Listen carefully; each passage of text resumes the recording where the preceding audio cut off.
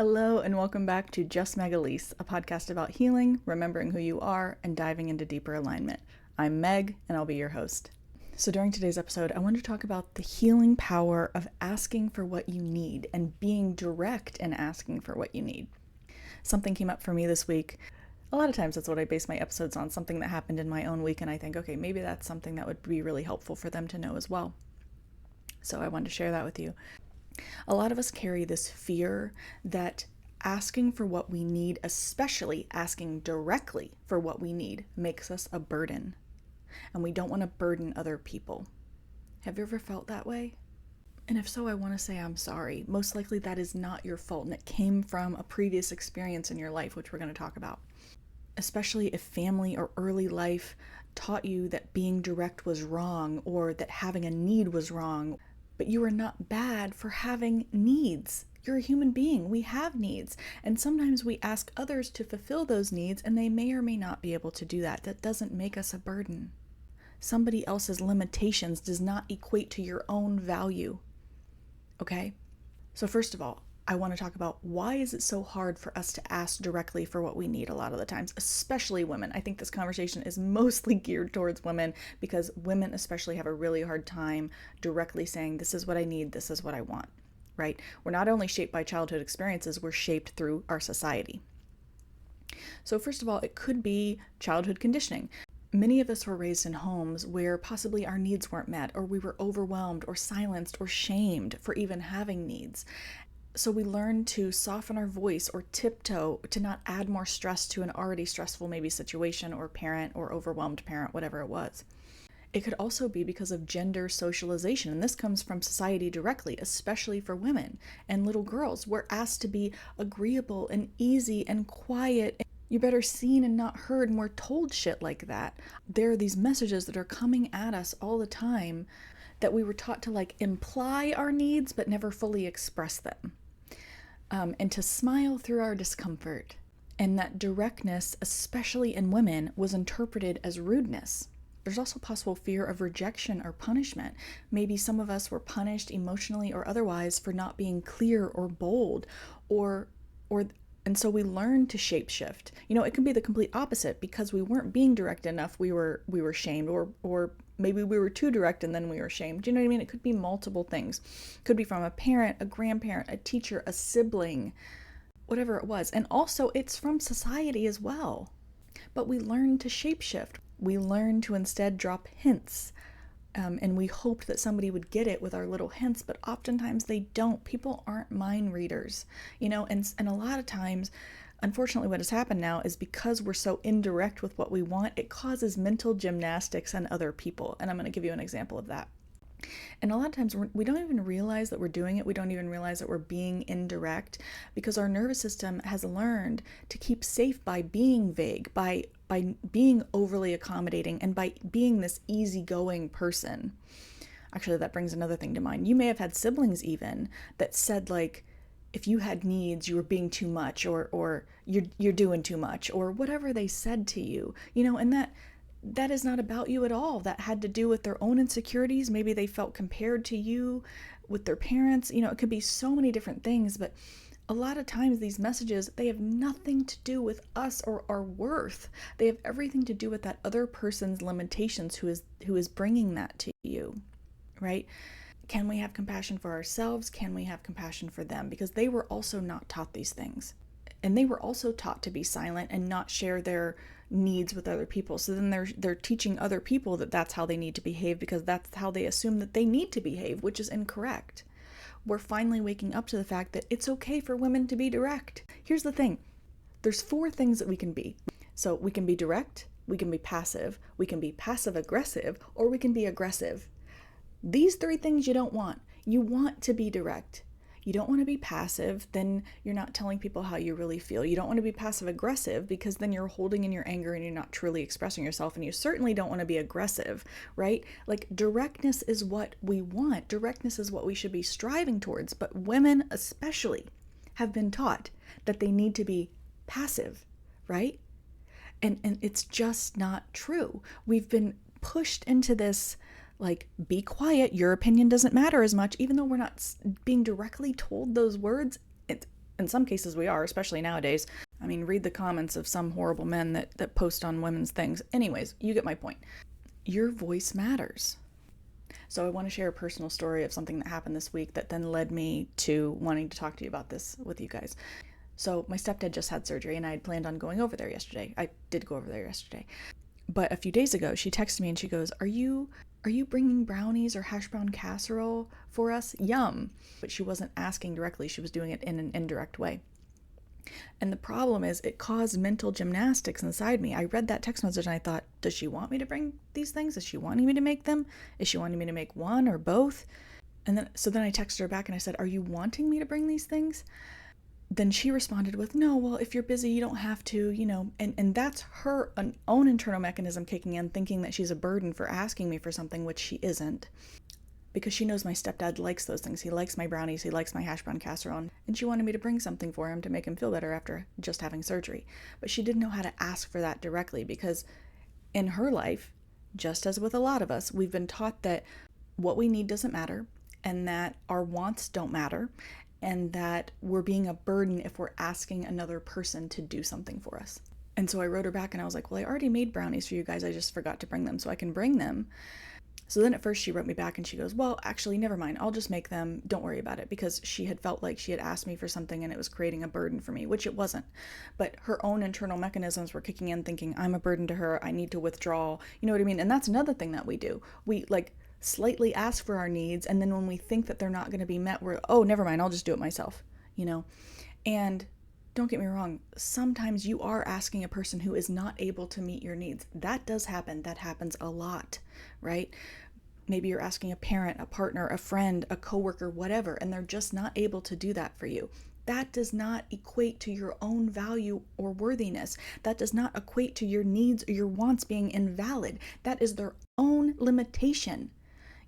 Yes, I wish people could show up for us more and be able to give us the things that we're asking for and the things that we want, but sometimes they just can't. Maybe they're themselves going through a lot, or maybe it's just a limitation on their end. It has nothing to do with your own worth or your own value. So that's something I'm trying to really nail in with this conversation. So then after the back and forth, I said, Mom, listen, I already made brownies for you guys. I was actually planning to bring them for a housewarming because they just moved into a new place, but I forgot them, so I'll bring them when I come. But after that interaction, I realized how much mental gymnastics I had to go through to even get to that conclusion when she could have just said, are you able to make brownies or hash brown casserole and bring them when you come? You know what I mean? And that would have been okay. It wouldn't have hurt my feelings. I wouldn't have been upset. I'm the type of person where I like being asked to help and I like being asked to contribute. Like, it makes me feel loved and wanted. That's me. I want to be asked. If you're having a birthday party and you need help with the decorations or the cake or whatever, ask me. I'm here. And that's another thing. We have a hard time asking for our needs and asking for our wants because at some point in our life, we've been made to feel a burden for asking for those things, right? It doesn't make it true. You are not a burden for asking for those things. And I'm so sorry if somebody in your life at some point made you feel like you were, but you're not, right? There is one thing I need to acknowledge in this conversation, though. Even when we do hopefully start to become more confident in asking for the things that we want and asking directly for the things that we want, there are going to be people that can't meet you there, that can't do that for you. Please remember that is not a reflection of your worth. It is a reflection of their limitations. And I cannot tell you how much that sentence applies to so many things throughout your life. Not to go off on a tangent, but it can also apply to the friendship rupture that I just had. I tried to have a deep emotional conversation with her and she just wasn't able to meet me there. That has nothing to do with my own worth and has everything to do with her own limitations in conversation, That doesn't make her a bad person. It doesn't make me a bad person. It's just somebody else's limitations. And so with this, there is going to be a learning period. I have started to become more direct with people. And yes, sometimes they can't meet me there. They can't give me what I want. That's okay. But I'm happy and proud of myself that I even asked. But also, when you're asking for things that you want and you're being direct, that is a gift to you. And let me explain why. Let's say I'm the type of person who I want a friend who it's reciprocal with us making plans. I don't want to feel like I'm always the one making plans, right? I'm always the one reaching out and giving dates and trying to hang out with you. It starts to make me feel like you don't actually want to see me and it's just me holding up the friendship, right? So I express that early in relationships. And if you're asking for your needs directly, and if you say something early in the relationship, like I need reciprocal relationships, I need for you to plan things with me just as often as I'm planning things with you, you are going to get information there. Either they will be able to meet your needs or they won't. And that is a gift to you. That is information to you. If somebody isn't able to meet your needs on a consistent basis, then maybe that's not the right person for you, whether that's in a romantic relationship or a platonic friendship. That it's all information. Being direct is getting you more good information. That's the other thing. And trust me, I've struggled with this. I continue to struggle with this because especially women, we are made to feel like we are rude when we're being direct. I'll give you another example. This was like 2 years ago now. I had purchased this software and they gave you a 30-day like free trial to test out this software.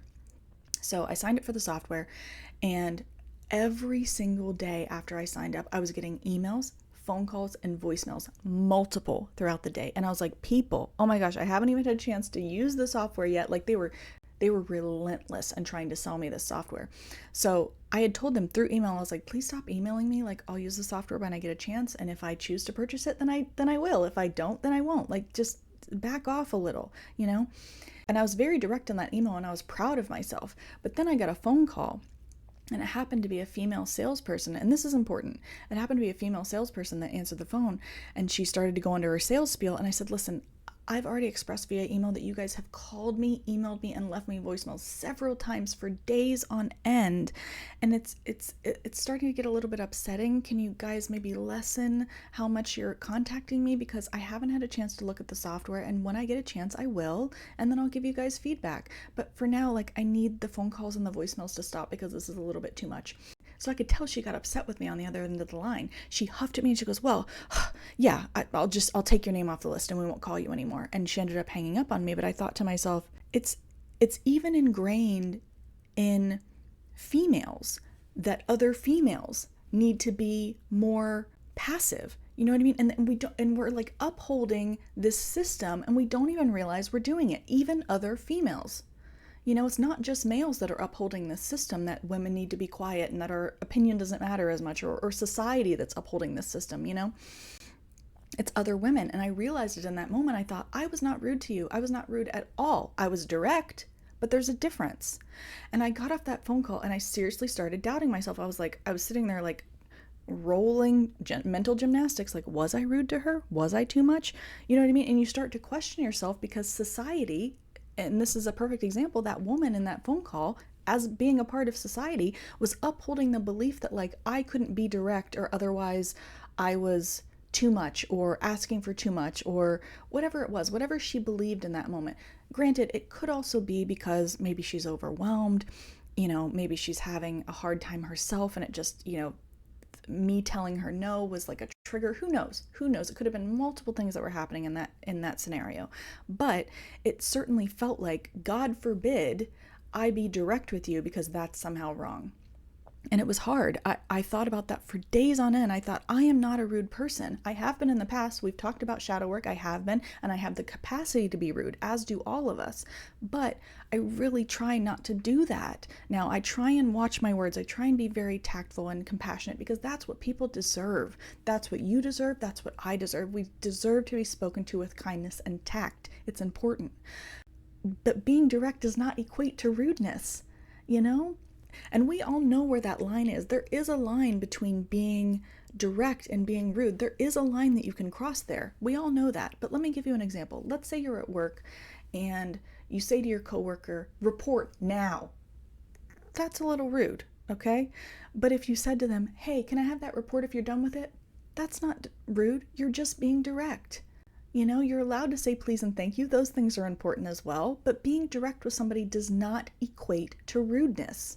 And it's so frustrating that it does. And especially, I know women of color deal with this more than most. It's like they're seen as aggressive when they're not. They're not being aggressive, they're just being direct with you. And our society, it just ingrains in us, especially for women and especially for women of color, that you're not allowed to have an opinion, and you're certainly not allowed to be loud with that opinion. Don't be direct with me. You need to be passive. Your opinion doesn't matter as much. That's the subliminal messages that we're getting. So we need to start to, step number one is becoming aware of these things. And then step number two is working to change them. And as I've said in many episodes, we cannot change anybody else other than ourselves. It starts with ourselves. And then we can be the example for others, right? Like, try and start to be more direct in your life. Try and say to people exactly what you're needing. I had a conversation with my mom yesterday. I said, listen, I want to say something to you. Sometimes when you're indirect with me, it causes mental gymnastics in my head because I'm like, well, is this what she wants or is this what she wants? And I don't understand. And, I don't really know what you're wanting. And then it creates more mental load for me. So can you just be direct with me? You're not going to hurt my feelings.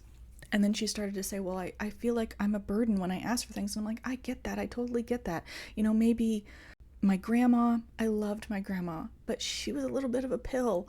And maybe when my mom was in childhood, she would ask for her needs to get met and they wouldn't be met. So then she figured, okay, well, now I have to ask for them in like a roundabout way in order for my needs to get met, which a lot of us have had that same experience, right? With whatever person it was, our needs weren't being met. So we realized, okay, I need to ask this in a roundabout way in order to get my needs met.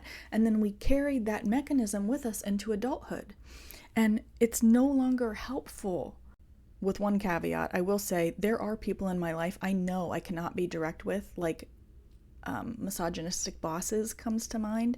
I could never be direct with a certain boss because he would see it as me being rude. And that's so effing frustrating. It's one of the reasons I left that job. Okay. But I get that there are going to be situations where like it's almost like you have to be passive in order to get your needs met. I get that, especially as women. But more and more, we need to start being direct with people. And what's so frustrating is men who are direct are seen as leaders. They're seen as confident, right? And if they're not direct, if men are passive, they're then seen as weaklings or pansies or whatever the hell men are called, like the horrible things that men are called. But that is also not true, right? Men have also sometimes been taught the same mechanisms of women, that they may need to be passive to get their needs met, right? They may have had the same experiences as us, not the same societal pressure. It's different on them with the directness as it is on women, but they may have had the same childhood experiences that shaped that. But being direct as a man, it's seen as confident. I want to live in a world where being direct as a woman is also seen as confident. We're getting there. We're slowly getting there, but it starts with you. Right? It starts with you. Start to be more direct in your passing life. You're allowed to say please and thank you, but be more direct with what you're needing instead of beating around the bush. Instead of saying, are you bringing your hash brown casserole or brownies? Say, would you mind bringing your hash brown casserole or brownies? Just be more direct with people. That's all. And so in that conversation with my mom, to go back to that, I said, can we make a promise to each other that if we're direct, neither one of us are going to take offense to it? Because that's another part of this conversation. We're like afraid people are going to get mad at us, right? We're afraid people are going to think we're rude. But if they're assuming that you're being rude when you're being direct, those are not your people. The example of my previous boss is a good example of that. Those are not your people. If people see you as being direct, as being rude, those are not your people. Those are not people that you need in your life. You should be able to directly ask for your needs and wants and that be okay. Because they are. Your needs are perfectly valid. Your wants are perfectly valid. So hopefully we can bring some of that forward into our life and just start to try and be more direct with people.